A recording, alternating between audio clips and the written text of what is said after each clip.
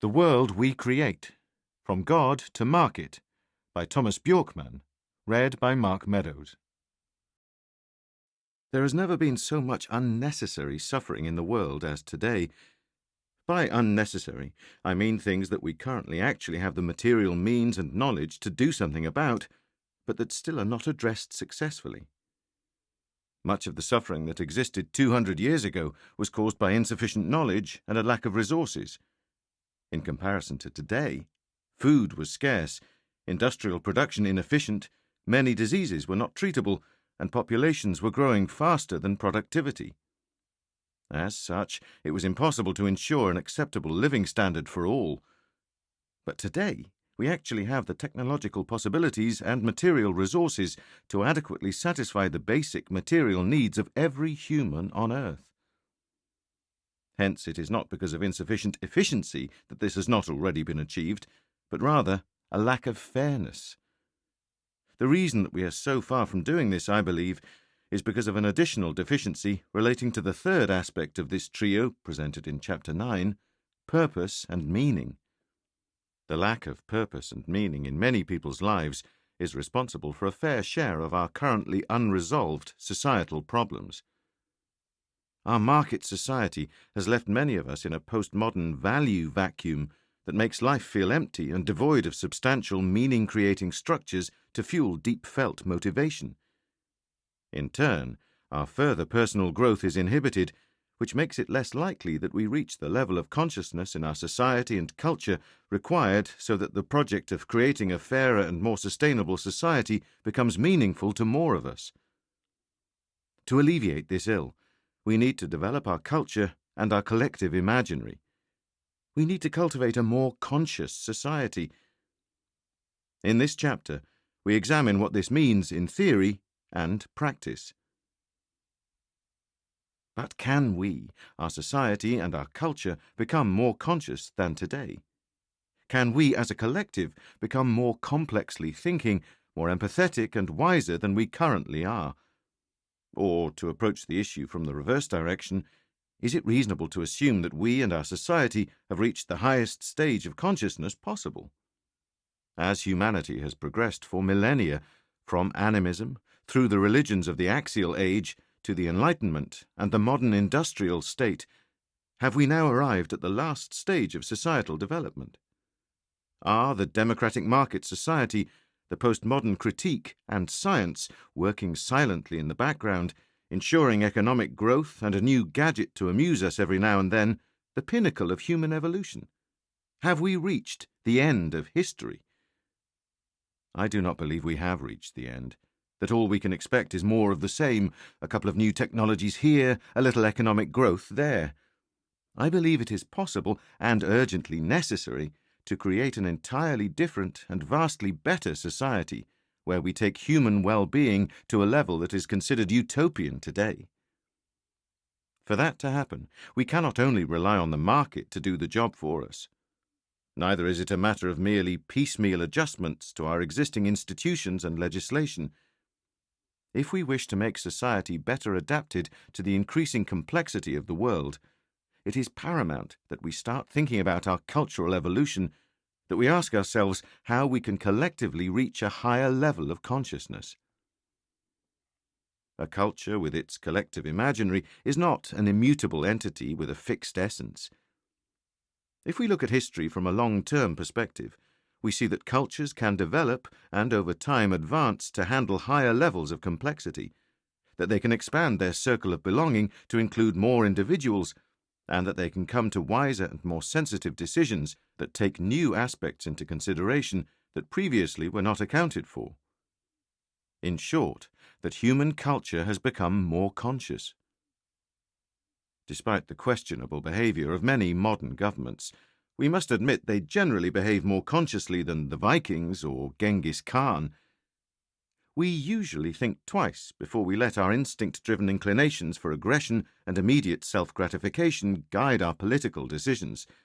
We are less inclined to accept superstition and unfounded personal opinions regarding societal matters, and overall, our societies adhere to and function in accordance with fairer, more inclusive values than before. Now the question that needs to be posed to the world's rapidly aging population is, as we as individuals have a lifelong capacity to evolve in our ability to perceive and handle complexity, what would a positive, nourishing social environment look like? One that supports transformative learning and the emergence of higher mental complexity and perhaps even inner wisdom. Contemporary developmental psychology has handed us a few clues. Social security, sufficiently large challenges, ample support in learning, a high degree of acceptance of failure, a healthy diet, a lot of exercise and physical contact, practice in social and emotional intelligence, existential conversations, meditation, gaining access to more social arenas in which to move in parallel. But here we are starting to digress beyond the purpose of this book.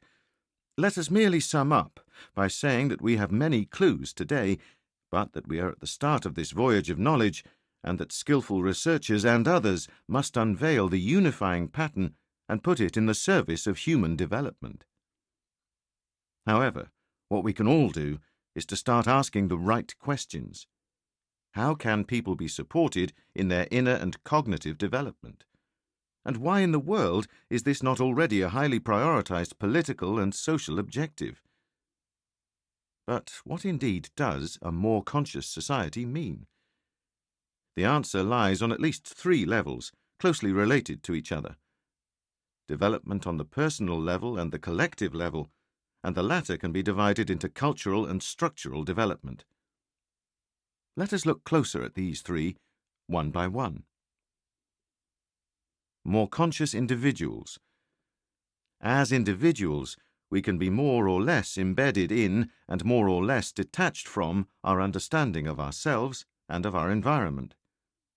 We might, in other words, have props in our inner landscapes that are more or less taken for granted, assumptions, perspectives, and perceptions that we cannot bring ourselves to question, that simply exist and that shape our comprehension of whom we are and how our world works. Inner disembedding. We become more and more transparent to ourselves. The inner landscape that we take for granted, as we saw in Chapter 12, becomes a sort of grid through which our entire experience of reality is filtered and interpreted. Maybe even filtering isn't the most appropriate metaphor. It is merely an editing medium. With Kant and the social constructionists, we can say that our perspectives in some sense are co-creators, for we never get to see anything beyond our own perspective. Here I once again want to return to Robert Kegan's model of the evolution of consciousness. The subject becomes an object, and a new subject is born. This can occur in many different ways. We may, for instance, habitually assume that we are our thoughts. One day we may discover that the thoughts occasionally fall silent for long periods, and that the inner monologue appears to take place rather compulsively, and most often beyond our own volition. Suddenly we understand that we are not the inner stream of thoughts. We thereby also understand that there ought to be a more general, underlying, in some sense greater self than we have previously realized. Otherwise my self could of course not hear the thoughts and direct them, and every so often lose control over them. This self can then suddenly take responsibility for reshuffling the stream of thoughts. Maybe we will notice that the stream of thoughts often has a short-term character and does not shy away from denial, repression, and self-delusion. In a sense, our degree of freedom has increased. The self has awakened to some degree, matured, grown. On another occasion we may notice that the mute, peculiar pain in the chest that comes and goes can be seen for what it is. A reaction in part of our core, which is precisely a subtle, albeit strong, sensation in the chest. We suddenly understand that we can avoid reacting so strongly to this emotion, thus being controlled by it to a lesser degree. Maybe we might even develop an ability to venture into such difficult emotions, however unappealing this may be, and see how they are transformed into sharp pain, into fear, and partly into relief and a vibrating warmth. We might use the word disembedding, meaning that something which had previously been embedded is unveiled, so to say, is opened up and becomes visible, It is a curious thing, but in a sense we live embedded in ourselves and in the world. As we find new layers of reality to relate to, and at best even can bestow well-functioning words upon, this embedding is unfolded. It is a little bit like unfolding a crumpled piece of paper. What I am anecdotally trying to describe here is what one might call inner development, inner disembedding. Here it is the self that attains new levels of psychological maturity and self-realization, thereby becoming more conscious of inner aspects that we have previously been unaware of. Thus, an increased consciousness. At best, this also might lead to increased understanding of people in our environment. We can learn to recognize others' inner state and thought patterns and become conscious of these. Here we might also speak of an increased level of consciousness. The very reason that psychology is possible is that people in our environment occasionally see our core more clearly than we do ourselves. This is most apparent for those who have had children and who have noticed how they have become ferocious and all but uncooperative after 9 o'clock in the evening. If you ask them if they are tired, you will be briskly reprimanded. But as soon as you have put them to bed, they go out like a light. Correspondingly, society can be more or less rich in people who can see through their own smokescreens of thoughts, roles in society, self-aggrandizing personal stories, frustrated background emotions, and prejudices. Further, society can be rich or poor in terms of accurate but respectful and well-meaning interpretations of people's inner lives. A more complex self is also more prone to be reflected in more complex phenomena. The future of humanity, all sentient beings, the development of consciousness and perception themselves, the balance of the biosphere, the labyrinths and potential of language, and so forth. It is precisely that sort of identification that is necessary in order for people to piece together complex life stories, own narratives, in which they participate in influencing the world in those areas that are most urgent for the world's system as a whole. This is yet another example of increased consciousness. Outer disembedding. Our collective imaginary becomes more and more transparent. Correspondingly, the individual can evolve in her relationship to the world around her. We can increasingly become capable of questioning the ultimate authority on which our worldview is based. We have, in this book, seen how the human being has gone from an animist to a religious to a scientific to a postmodern thought perspective.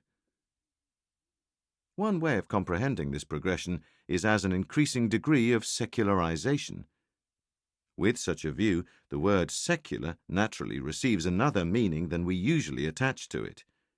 Most often, one argues that the secular society is that which is characterized by the scientific thought perspective, which has been contrasted with the religious and/or the animist perspective.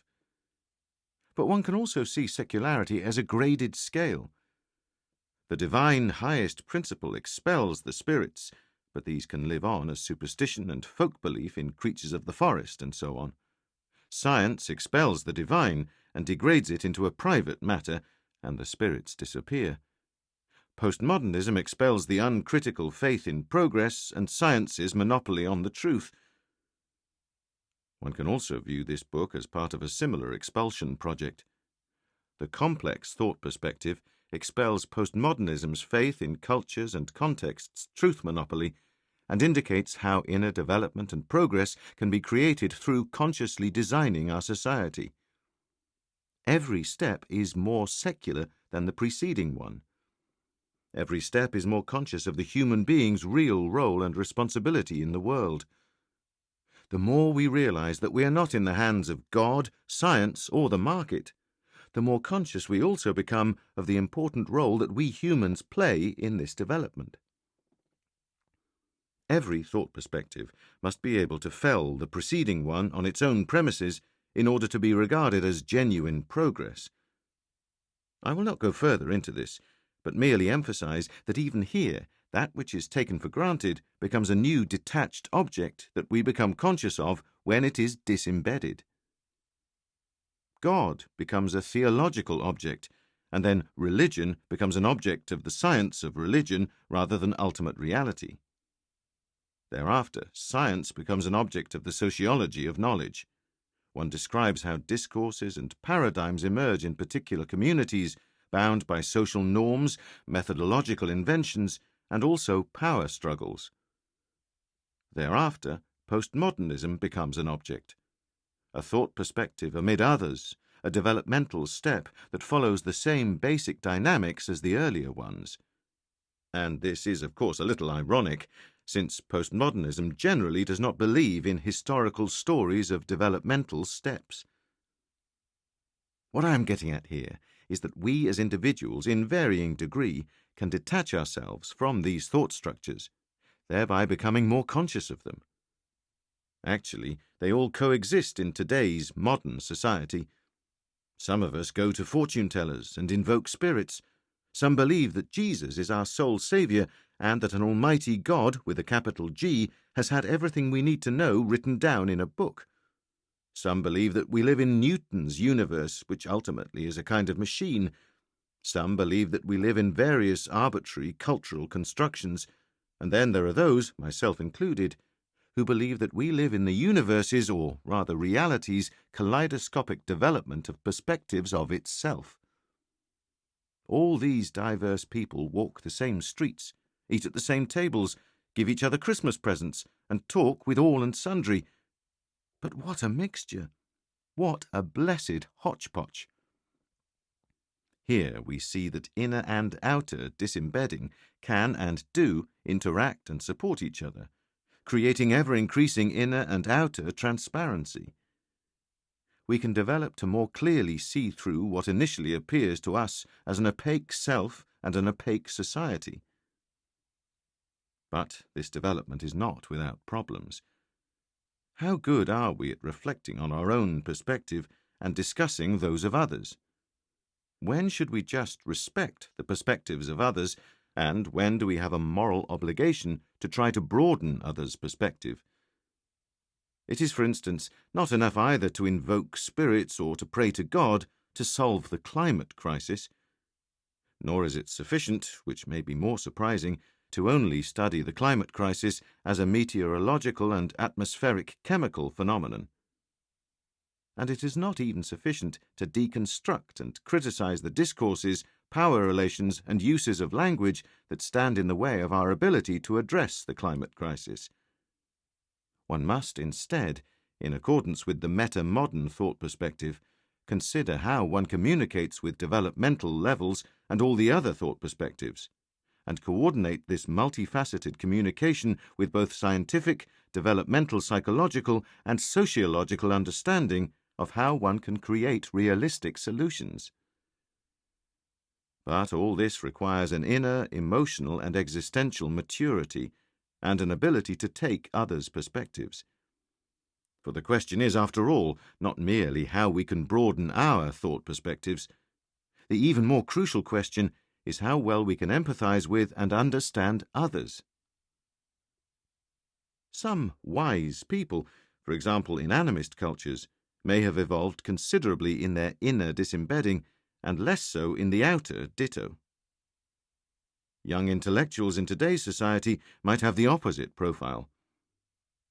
For a more complete profile of the more conscious individual, both these sides and their mutual interplay should be viewed as decisive. More conscious cultures.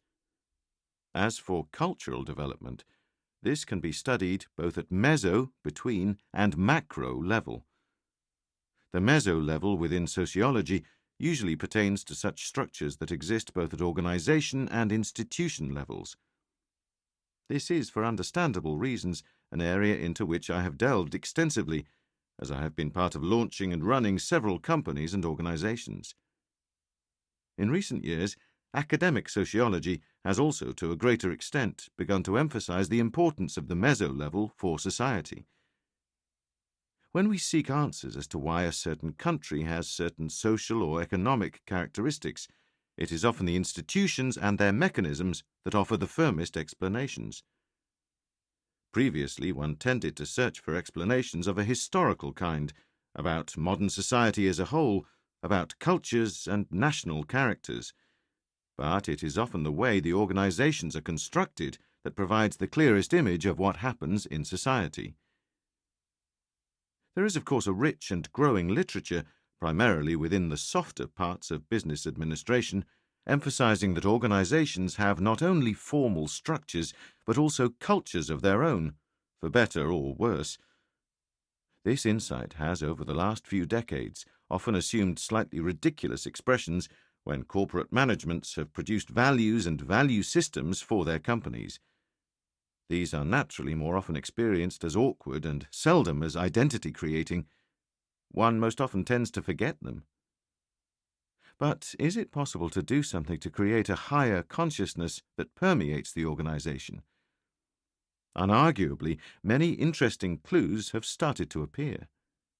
To sum up, one can create a corporate culture that consciously and intentionally supports the inner development of all members of the organization.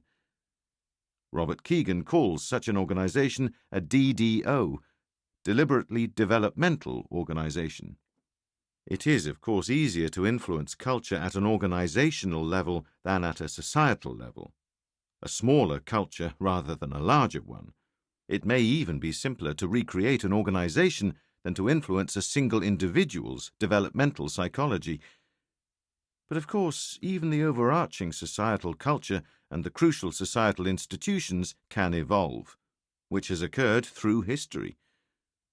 The Nordic countries' culture can today probably in several respects be seen as more conscious than that of many other countries, in the sense that our cultures encourage us to become more aware about, e.g., climate and gender equality issues, perspectives that many other cultures simply do not see. Even during my lifetime, there have been considerable changes in culture. We've suddenly stopped being homophobic, stopped beating children in school and even in the home, have become feminists, well, to some extent. We have also become more distinctive individualists, and postmodern culture has seeped into more or less the entire media landscape. And everyone has started to talk about sustainability, indeed even arrange events where we race each other in order to appear ecologically conscious. Might a greater proportion of more conscious individual selves start to collaborate with each other to propel new changes in societal culture? Can the norms actively and consciously be repudiated, for instance, so that the political debate would give more space to agreement, openness for admitting mistakes, and more respect for fact-checking and nuanced discussion? Surely this would be of benefit to society's collective intelligence. Or would one be able to repudiate the norms so that inner development and meditation become more generally accepted, but by no means end up in the hands of the poorly thought-through New Age movements? Would one be able to make manipulation through sexist advertising and sweets at the checkout counter less accepted, so that people are less ashamed of their bodies and develop fewer self-harming behaviors and neuroses? Or just so that one generally becomes more cosmopolitan-minded and oriented towards sustainability and resilience? Would it be easier to handle our current complexity if we had stronger roots and developed deeper relations? In order for a symbolic language, a culture, to be reproduced, a sufficiently large number of individuals must be located at the symbolic system's complexity level. Most can be located under this complexity level if the system should factor this in and develop scaffolding, language, metaphors, schools, libraries, public service that helps them function in society. But a significant culture-bearing minority must personally be able to work and recreate at the culture's complexity level. Thus, we must protect our symbolic world in the same way that we protect other common utilities such as the environment. That is, we must focus on upgrading our cultural code. As we saw in Chapter 9, culture carries our common subjectivity, but it is also the role of culture to contribute to us being able to develop our individual subjectivity. Culture cannot develop your subjectivity for you. You have to do it yourself through your life experiences and use culture's symbolic tools for reflection and processing. But culture's symbolic world can provide tools, help, and support. However, a less developed culture can, of course, hold us back. In order for our society to grow socially, more individuals must reach a higher cognitive and empathic level. In order for this to occur, the individuals must be aided in their growth by culture. Thus, culture and our common symbolic language must lead the societal development through cultivating the individual's ability to understand and interpret our world. We could, inspired by Keegan's DDO, call such a societal culture a DDC, a deliberately developmental culture. Culture must thus, in its supportive and developing role, lead the individuals and thereby also the market. We cannot expect that the developing culture will arrive as demand on the market. The religions understood this, and thus this is an important insight that we must try to integrate in our new thought perspective. Today, this way of viewing societal culture is not particularly common. Culture as a collective good. As previously mentioned, economists make a distinction between private and collective goods. Private goods are those that only can be consumed by the owner or very few people. If your friend eats your birthday cake, you will be without cake. The cake is a private good. Therefore, it can also be bought and sold. If you have the money, you can buy a new cake, but then you must earn the same money by giving up some other private utility or working, i.e., sell your services. But that your friend is running in the park, breathing the air, does not prevent you from doing the same. It may even be more fun to go jogging in the park if your friend is also doing so.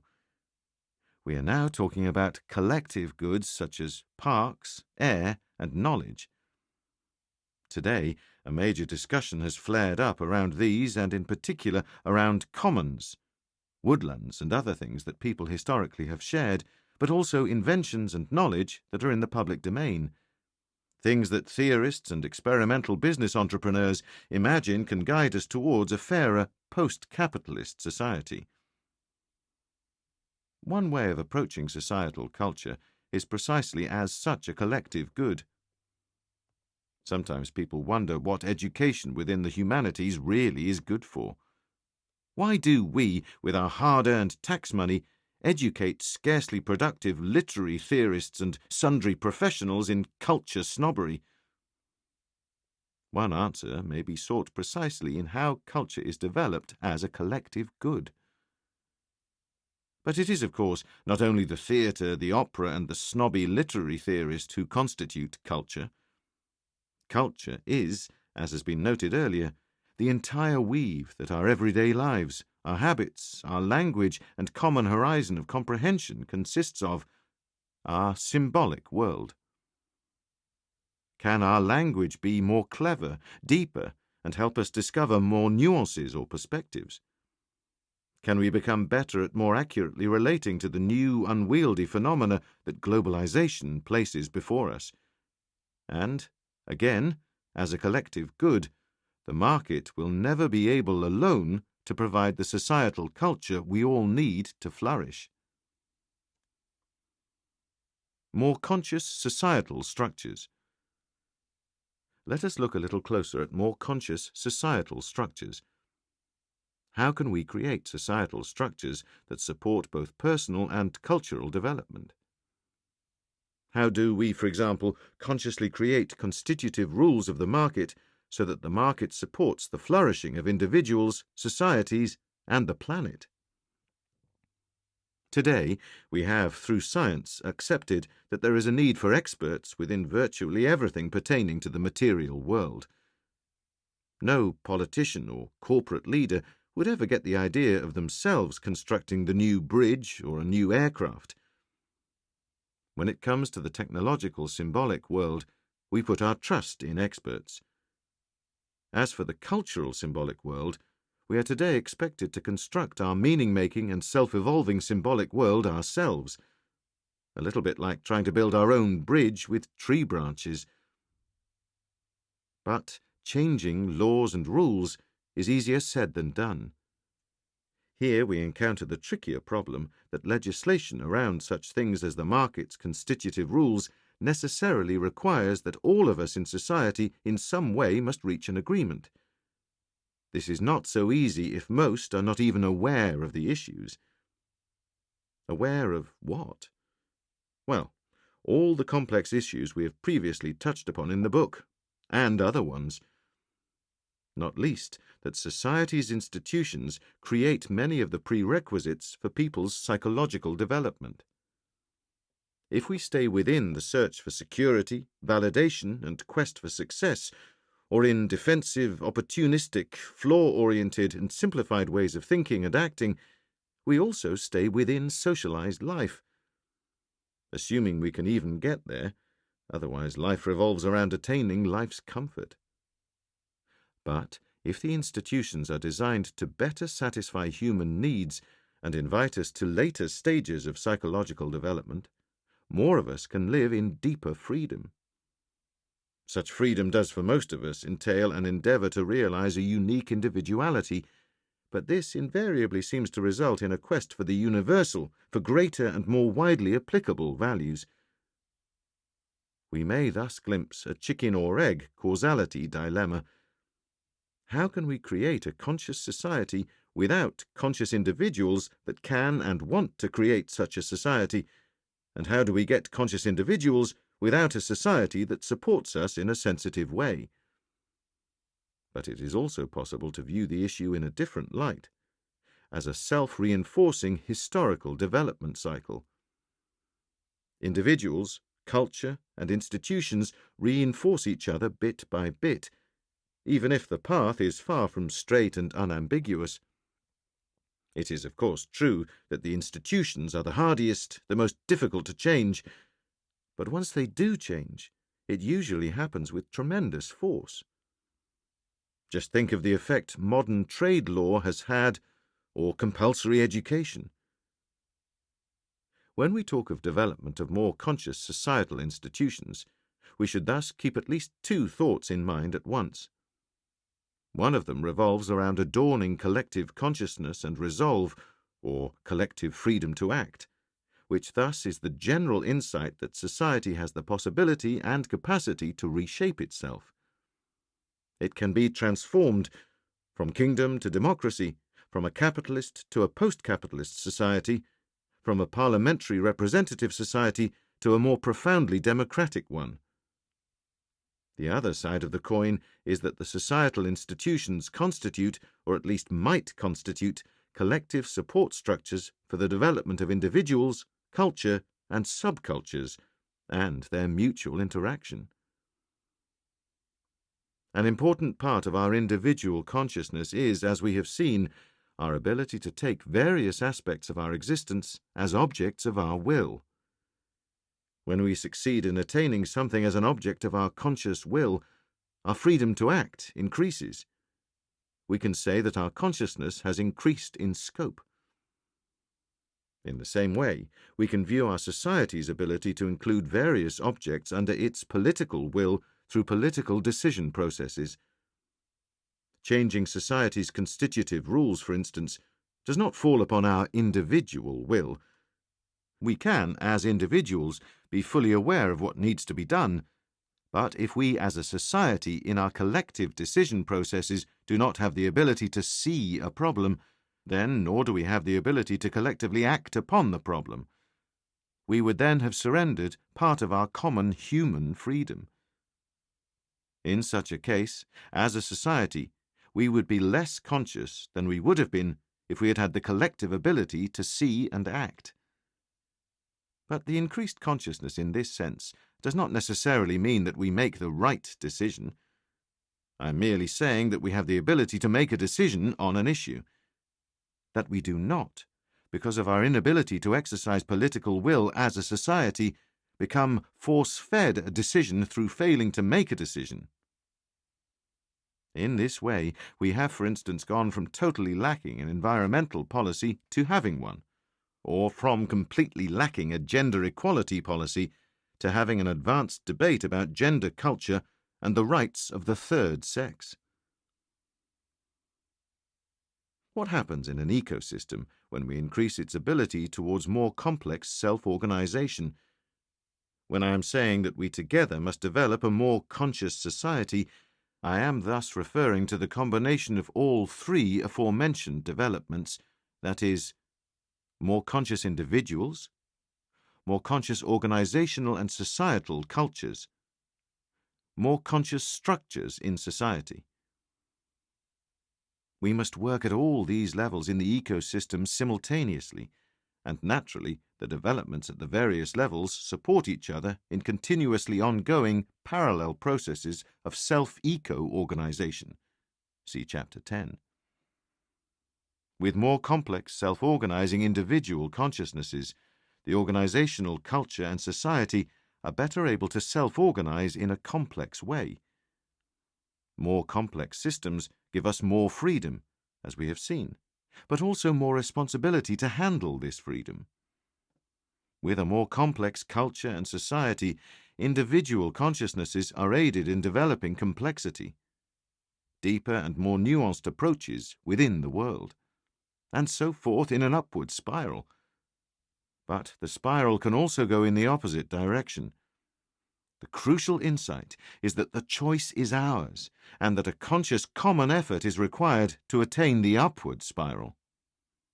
Who would not want to see a more conscious society? This may sound like a rhetorical question, but it may be worth remembering that there unfortunately may be interests that have no wish whatsoever to see a more conscious society. Maybe they would even prefer a less conscious society.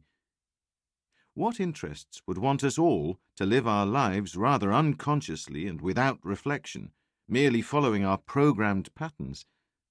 In whose interest would it be that most of us predominantly are passive and non-thinking? The first group that comes to mind is advertisers, marketers, and the giant corporations that today dominate the world market.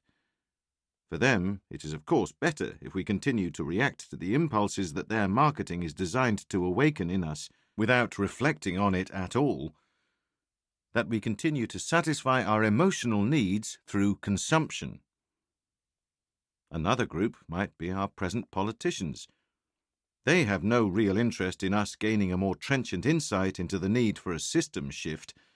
Such an awakening would probably only lead to us voters seeing through their incompetence and their dependency on special interests, causing them to lose power.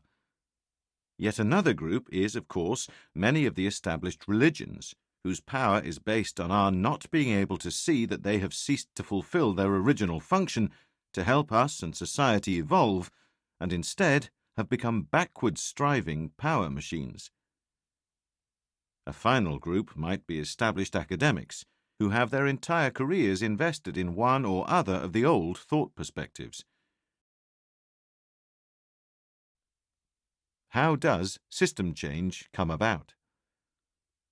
The quantum physicist Max Planck once said that a new scientific truth does not triumph by convincing its opponents and making them see the light, but rather because its opponents eventually die and a new generation grows up that is familiar with it.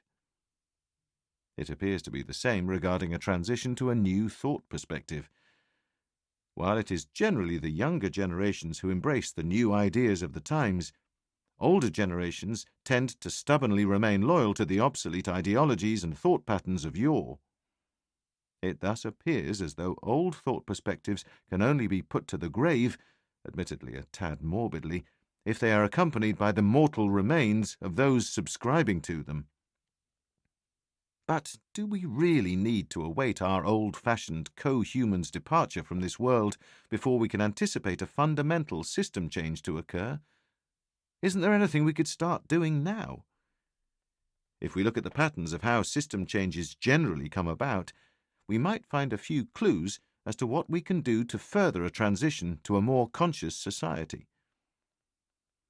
All system changes start in the hearts and minds of a few individuals who, independently, with luck and skill, succeed in developing their understanding to a higher level than their surrounding society and culture. This usually occurs in some of those fortunate individuals who grow up in a cultural environment with an exceptional abundance of highly sophisticated symbol tools. The more who grow up in such environments, the greater the number of people who reach beyond the current level of cultural development. When a sufficiently high number of such individuals are present and have opportunities to collaborate, they can start to support each other's work and together create a new symbol language that matches their new level of consciousness. Eventually, they will have produced a coherent symbol world that can influence the rest of society. Once there is a ready-made symbol world available, those who are not capable of developing their original ideas and theories themselves can obtain the basics of the new thought perspective by adopting the symbol tools made by others. It requires effort to articulate the ideas for a system change, but it is not necessary to be an innovator to carry out the change itself. For instance, the world had to wait for the uniquely gifted genius of Newton to come along before we could start doing mathematical physics, but his equations can now be learned by an average college student. Similarly, no one came up with the idea of the theory of separation of powers before Montesquieu, despite modern notions of democracy being common prior to this, but every democratic government today employs an army of less brilliant lawyers, as compared to Montesquieu himself, to uphold this principle. It is therefore not when a sufficiently high number of individuals spontaneously start thinking along the lines of a new thought perspective that a system change can come about, but rather once a critical mass adopts the ideas of the forerunners. This, however, does not have to be a majority of the population. Far from it, in fact. Only a minority of the population in the United States had attained a reasonably modern worldview at the time American democracy was established. Most remained within the religious thought perspective throughout most of the 19th century, but the activities of this initially small minority caused their numbers to consistently increase over the following many decades.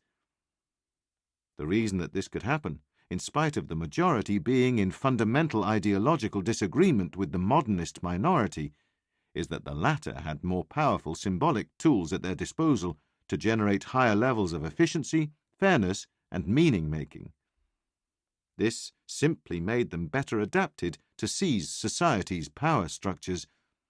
The religious majority may have despised their modern overlords' apparent materialism and godlessness, but the former could not resist the material advantages and efficient governance the latter brought about.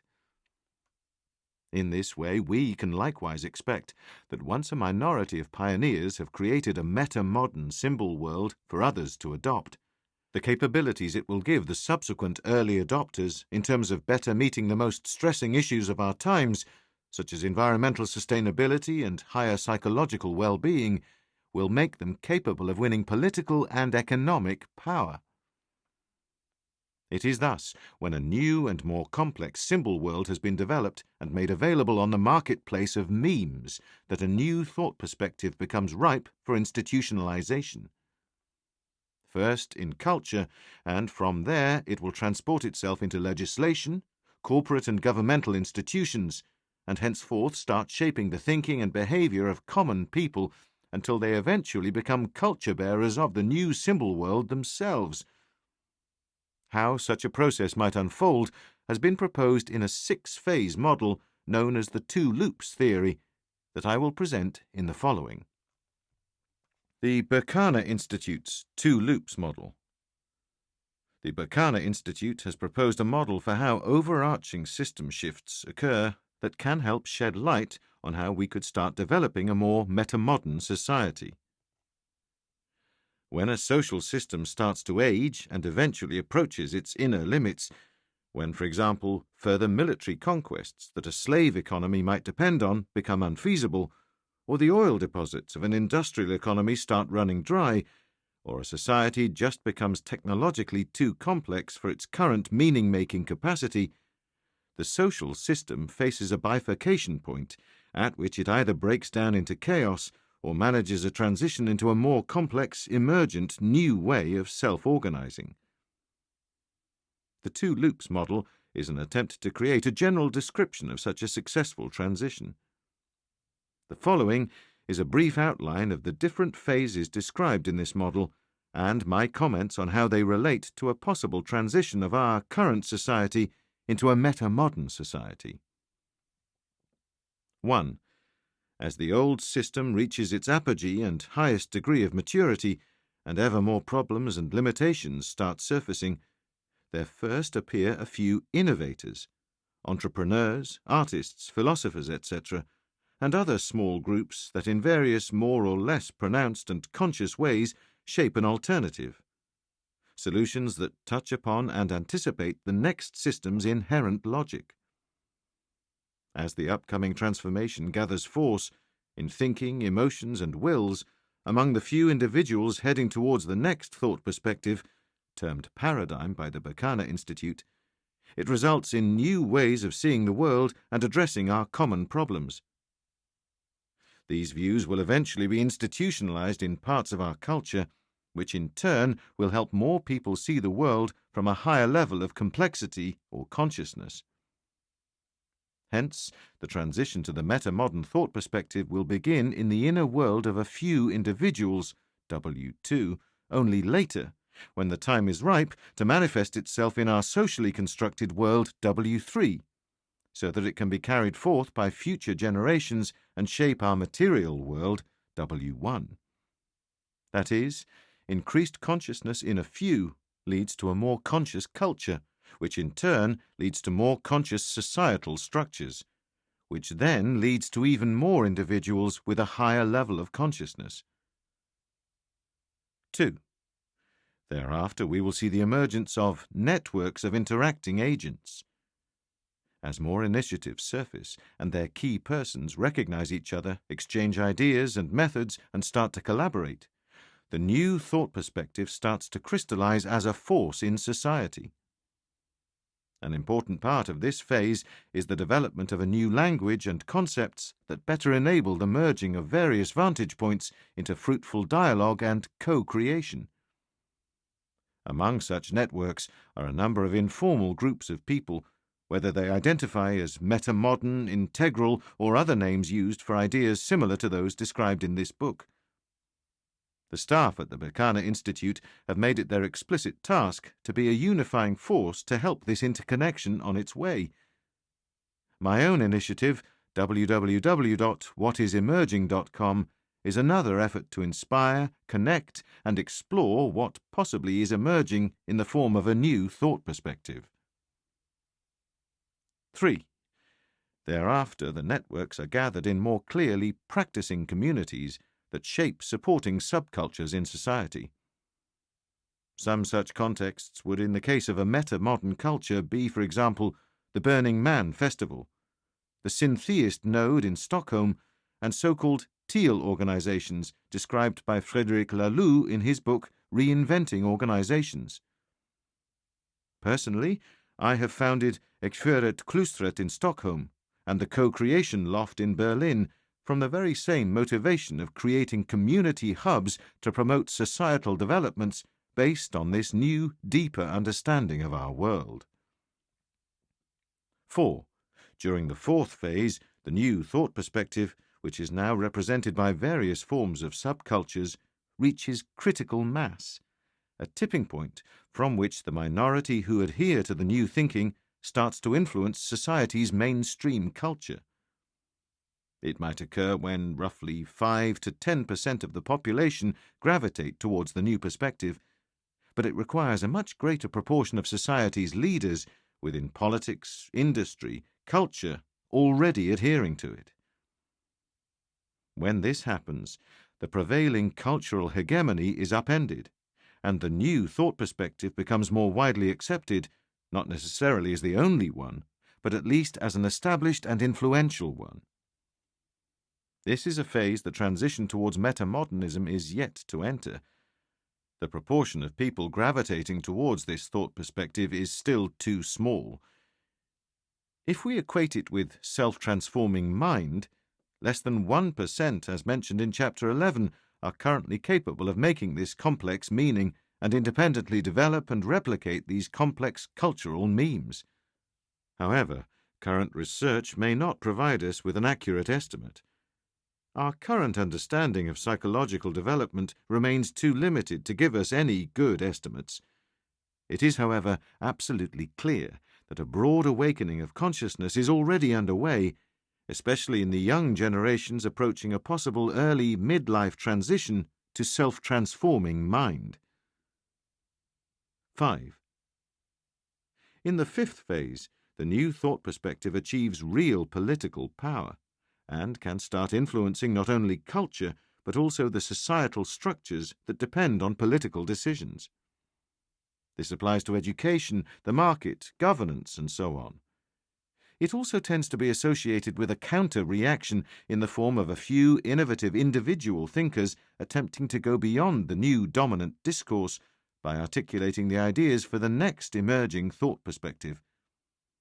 With Phase 5 of one particular system shift follows Phase 1 of the next shift. This is the phase the postmodern thought perspective recently seems to have entered. Despite being a minority, and even if it can be argued how much power those who gravitate towards postmodernism actually wield, the fact that multiculturalism, feminism, and environmentalism have entered the political mainstream and affected political power to a considerable degree, at least in some countries, seems to correspond with the description of this phase. 6. Finally, as new societal structures have been created in accordance with the new thought perspective, it reaches the majority of the population, who, even in a socialized or self-authoring mind, start seeing it as the normal way of viewing the world. When this phase is complete, the new thought perspective can be said to have reached its final point of fruition. This was the case of modernity at the beginning of the 20th century in the West, and is perhaps what we are currently approaching in our times with postmodernism. This usually coincides with the emergence of the first couple of phases pertaining to the next thought perspective. As such, it seems as though the most developed parts of the world are now in the middle of Phase 1 or 2 of a meta-modern system shift, given the circumstance that postmodernism is well established. The populist modern or even pre-modern political backlash that is currently underway is in fact a reaction against an overconfident postmodern globalist political elite.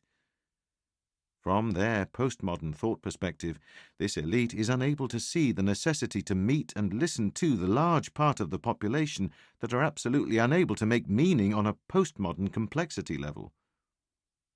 The fact that this elite sometimes even refer to this part of the population as the deplorable is not helpful. With some goodwill, we might say that we are approaching Phase 3 in some pockets in the world. I certainly see this in Stockholm or in Berlin, where, in my view, it seems like a large number of organizations and communities that could be described as meta-modern have started to appear. The next phase in the development towards a meta-modern society is thus the tipping point in which a larger proportion of the population starts gravitating towards this new mode of thinking and meaning-making. It is, however, very important to remember that the development of a more complex society is in no way given. The ability of the system to self-organize on a more complex level is dependent on the capacity of the components of the system, the individuals in a social system, to relate to each other in deeper and more complex, more conscious ways. This ability to relate more deeply and more consciously can, as we have seen, be developed. Our societal culture can, as we will see, play an important role in supporting this development. Again, our personal evolution and our collective evolution are closely interlinked. Now we also realize that in our efforts to usher in a new, more conscious society, we can do work on 3 interrelated levels. Trying to work within the present system to support radical change, working on protesting against and dismantling the present system to make room for the new, or supporting the emergence of a new system. Work on all these three levels are important to facilitate the transformation. How do we create more conscious society? We do not need to approach the issue of cultural and psychological development as a chicken-egg dilemma. Neither do we need to wait for older generations to retire and patiently await the day they are no more. As innovators, we can start straight away and begin influencing the culture we are part of. We should not be ashamed of being in a highly privileged position from which we can influence our society in a direction that few still remain unappreciative of. If we believe we have the skills and insights that can facilitate the necessary development, it is actually our duty to break out from the social conventions that otherwise hold us back and take the responsibility to become the culture-bearing agents of tomorrow's society. As the Berkana Institute's model implies, there is always a need for some to take the first steps. We have long accepted the rationalist view that there is a need for experts within virtually everything pertaining to the material and technological world. When it comes to the development of our symbol world in regards to technology and science, we gladly put our trust in a few select experts. But as for the cultural symbol world, our postmodern view makes us reject all such notions. Instead, we are expected to construct our cultural symbol tools and our meaning-making all by ourselves, a task most of us remain severely under-equipped to manage. And our societal culture and our collective imaginary are not a private concern. Just like the ecological environment, they affect all of us, and they should, like the ecological environment, concern all of us. And I would like to stress again that our symbolic world and our societal culture is a collective utility that does not function on market terms.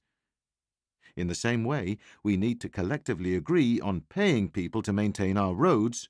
We need to spend a share of our collective resources on funding the very experts who reproduce and develop our symbolic world. Supporting people who have the time, energy, and skills to delve deeper into the complex mechanisms of our shared symbol world is perhaps the only way to guarantee that someone charts some kind of direction for the development of our society's collective imaginary. It is namely those who most competently master our symbolic language who can further develop it. By providing us with new words and contextual meanings, we can then use these symbols to describe the world more accurately and from more nuanced and diverse perspectives. In turn, this will give us the symbolic tools we need to participate in the journey of personal inner growth. It has been done before. The idea to deliberately give the opportunity for many citizens to develop more complex meaning-making is nothing new. Lena Anderson and I tell in our book The Nordic Secret the fascinating story behind the high level of development in the Nordic countries as a result of such a large-scale endeavour. Industrialization occurred relatively late in Sweden, 100 years after that of the United Kingdom. Sweden was hence still among the most impoverished European peasant societies during the latter half of the 19th century. Many were starving, and a large part of the population emigrated, mainly to the US, to get away from miserable living conditions. During the height of this emigration, in 1889, the 29-year-old atheist Hjalmar Branting, who later became Prime Minister in Sweden 3 times for the Social Democrats, and eventually received the Nobel Peace Prize as one of the initiators of the League of Nations, was sentenced for blasphemy because of a newspaper article he wrote criticizing religion. From prison, Branting wrote an editorial in the Swedish newspaper Arbetet, literally Labour, that was published on the 10th of August, 1889. But still, at this moment, the Labour movement is unfortunately not strong enough to hold aloft a governing political party, which, aside from its purely socio-economic and political functions, could also serve as a provider of genuine culture to the people, one that could follow the ongoing spiritual development, shed light upon literature and art, popularize science, which, in a word, could represent in all aspects a party that takes pride in elevating humanity to a higher stage of development, not just in order to solve the matters of the belly, material conditions, however necessary this is as a prerequisite for all else. So here we have an incarcerated atheist who thinks that cultural and spiritual development is more important than increasing material living standards, and that the most important issue is elevating humanity to a higher stage of development. Where did he and many of his contemporaries in Scandinavia get these ideas? Why has this been lost in the conventional historiography of the Nordic countries' path from some of Europe's poorest and most conservative countries to modern leading model societies? If historians had gone deeper into this interesting part of the history of the Nordic countries, they would have noticed that Branting, during his student years in Uppsala, along with his student friend Karl Staff, who twice became Prime Minister for the Liberal Party, had established the society called Verdandi, still active today, which later became the point of departure for the great secular spiritual development project, Folkbildningsprojektet in Swedish. After an originally Danish concept, retreat centres were established all over Scandinavia. Here, young adults with a few years of work experience could, later with state subsidy, spend up to 6 months with the expressed goal of finding their inner compass, to, speaking with Keegan, become self-authoring. At the beginning of the 20th century, there were about 100 such centres in Denmark, 75 in Norway, and 150 in Sweden. 100 years ago, about 10% of each young generation participated in one of these 6-month personal development retreats. The original ideas behind this vast program came from the German philosophers of the 19th century, who took an interest in the significance of our inner development and how our subjectivity and meaning-making has got the ability to develop throughout life. These philosophers called this lifelong formation of self Bildung. The original German ideas were developed further in Scandinavia by, among others, Søren Kierkegaard, N.F.S. Grundtvig, Esaias Tegnér, and Erik Gustaf Yeager. During the latter half of the 19th century, these thoughts constituted the main furrow within academic philosophy in the Nordic countries. But during the 20th century, as we saw in Part 1, positivism and analytical philosophy would completely eclipse continental philosophy's focus on the inner world. Nowadays, even if these centres, folkhögskolor, still exist and continue to receive state funding, their original focus on inner personal growth has been lost. They are now mainly used for adult education in a more general and conventional sense. I'm not proposing that we should go back to this original project, but we could let ourselves be inspired by the ways in which cultural and psychological development were made political priorities, and how it was possible to support the development of more conscious individuals in the past.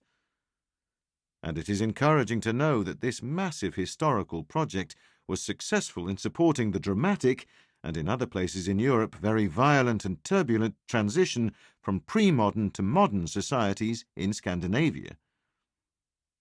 What can we learn from this when we now are in an equally dramatic societal transition? This time from industrial nation-states into a digital global world. The hand-in-hand of development. Every new thought perspective also puts greater demands on people's personal psychological development in order to function well, which in turn influences the development of our common thought perspectives. Here we once again see an example of self-organization at full strength, hand in hand. But it is important to realize that this development is not automatic, that both individual and collective efforts are required for it to start. We are now facing a decisive step in human history. We are at a bifurcation, a tipping point or a phase transition, and the outcome of this phase transition is by no means clear. In order to navigate within this emerging landscape, new conceptual and existential maps are important. The lack of a developmental psychological perspective was one of Marxism's and socialism's great blind spots. They overestimated how much one actively could and should attempt to shape people's thought patterns, perspectives, emotions, and behavior. From a developmental psychological perspective, it is clear that major jointly planned projects to reshape society and culture more towards solidarity cannot function if a large part of the population still have a need to follow powerful authorities and, by necessity, primarily think about putting food on the table. Based on Keegan's layers of self-development, what follows is a rough-hewn and simplified presentation of how the different levels of societal development, in terms of thought perspectives, make corresponding demands on people's psychological development. Societal system, religion, the axial age, the agrarian traditional society. Self-development, Keegan layers 2 and 3, instrumental and socialized mind. Explanation, people must be able to follow abstract norms, look to more long-term planning and the common survival of large groups. Societal system, rationality, the modern scientific industrial society. Self-development, Keegan layers 3 and 4, socialized and self-authoring mind. Explanation, while many get through daily life merely by following modern society's norms, there is also a need for more independently minded people who question the system and develop new solutions. Societal system, postmodernism, with the global market. Self-development, Keegan layers 4 and 5, self-authoring and self-transforming mind. Explanation, in order to function well in today's obscure reality, adults need to develop a high degree of critical thinking and find their own path in life. Ideally, they should also be flexible and able to continuously re-evaluate their assumptions about reality, creating complex modes of collaboration. Societal system, meta-modernism, the Internet age and an unpredictable hyper-complex future. Self-development, Keegan layer 5, self-transforming mind. Explanation, in order for humanity to handle the rapidly accelerating complexity of a global information society, many more adults must identify with more abstract and universal values and let these govern their lives. Such values must be cultivated and developed over time. Since the pace of change is accelerating, time is scarce, and societal developments cannot be left to chance, but must be subjected to deliberate actions so as to keep up. The message is, simply put, that personal and societal development go hand in hand, W2 and W3, if you aren't tired of Popper yet. Note, however, that I'm not saying that people in more developed countries are better or more civilized than others. A fundamental value here is namely that every human being has the right to be who they are, even the leadership of Saudi Arabia or the members of the alt-right movement. Self-development is not a moral order.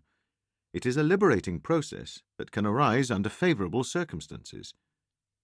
Human beings are of equal worth, whether they have access to layer 5 or only layer 2.